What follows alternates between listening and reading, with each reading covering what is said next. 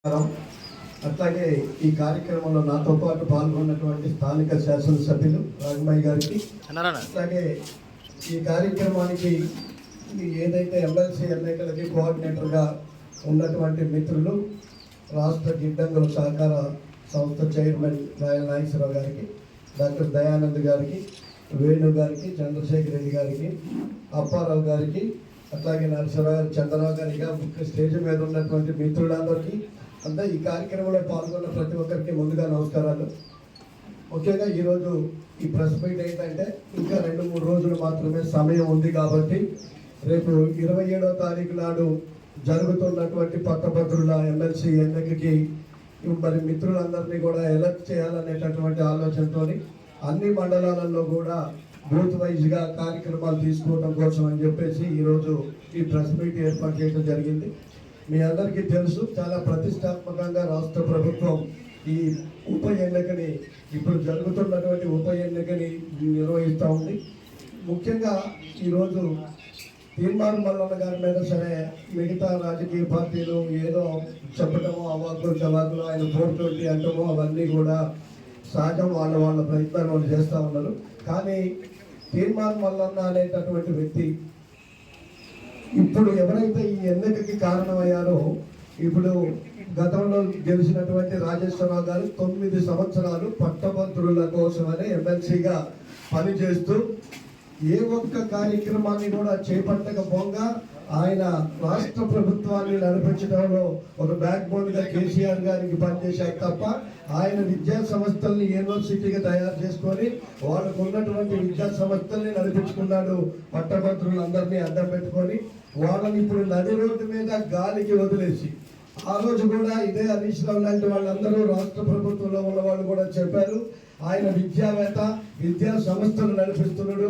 మరి ఎవరైతే పట్టభద్రులు ఉన్నారో వాళ్ళకి న్యాయం జరగాలంటే, చట్టసభల్లో వాళ్ళ గురించి మాట్లాడాలంటే ఆయన తప్ప ఇంకెవరికి సాధ్యం కాదని ఆనాడు చెప్పినట్టే మళ్ళీ ఈనాడు రాకేష్ రెడ్డి గారు, ఆయన బిట్స్ పిలానీలో చదివాడు, అమెరికా పోయి వచ్చాడు, ఆయన అయితేనే సమస్యలు పరిష్కరిస్తాడని చెప్పేసి 10 ఇయ్యలేక మధ్యలోనే నడి రోడ్డు మీద వదిలేసిపోయినటువంటి ఎమ్మెల్సీ గురించి మరొకసారి ఓటు అడిగే నైతిక అర్హత బీఆర్ఎస్ పార్టీకి లేదని చెప్పేసి తెలియజేసుకుంటా ఉన్నాం.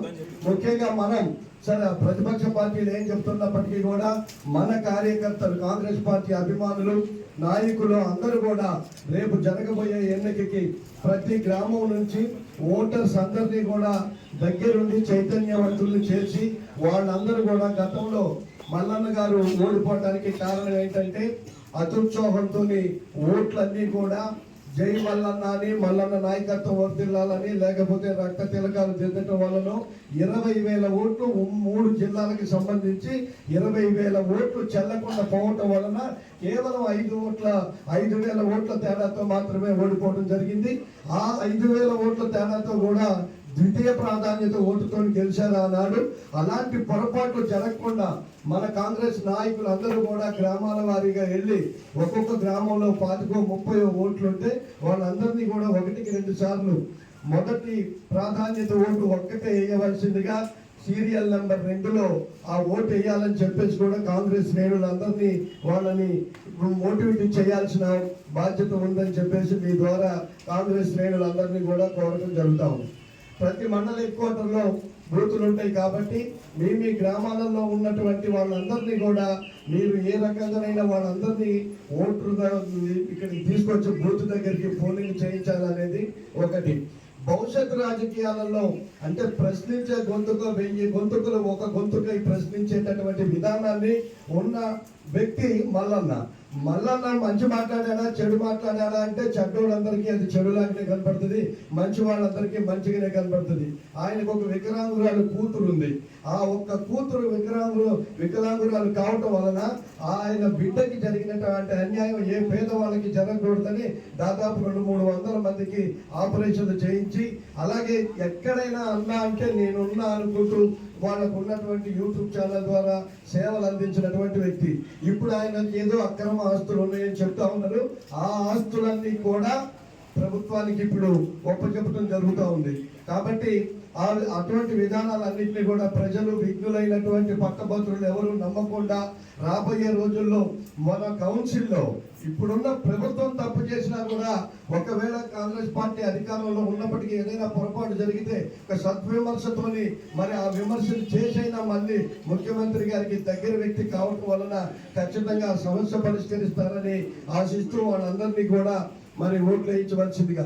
ఇకపోతే ఈరోజు హరీష్ రావు గారు మరి ఇక్కడికి వచ్చేసి ఏదో చాలా మాట్లాడారని తెలిసింది. చాలా వాళ్ళకి ప్రజల్ని ఎప్పుడూ కూడా భ్రమంలో ఉంచడం అలవాటు బీఆర్ఎస్ పార్టీకి.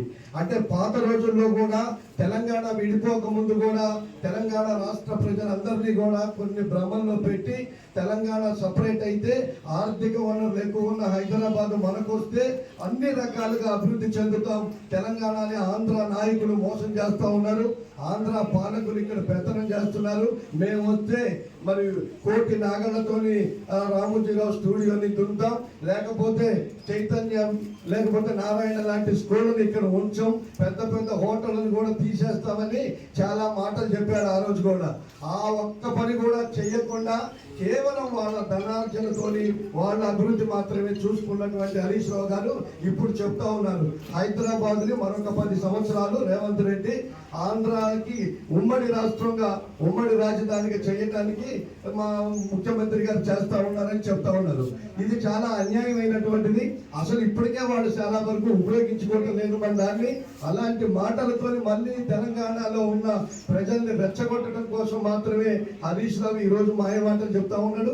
దాంతో పాటు లేదంటే హైదరాబాద్ ని కేంద్ర ప్రాంతం పాలితం చేయడానికి ఇతను ఏదో రేవంత్ రెడ్డి గారు ప్రయత్నం చేస్తా ఉన్నాడని మాట్లాడుతూ ఉన్నాడు. అంటే ఇంకా తెలంగాణ ప్రజల్ని రెచ్చగొట్టడం కోసం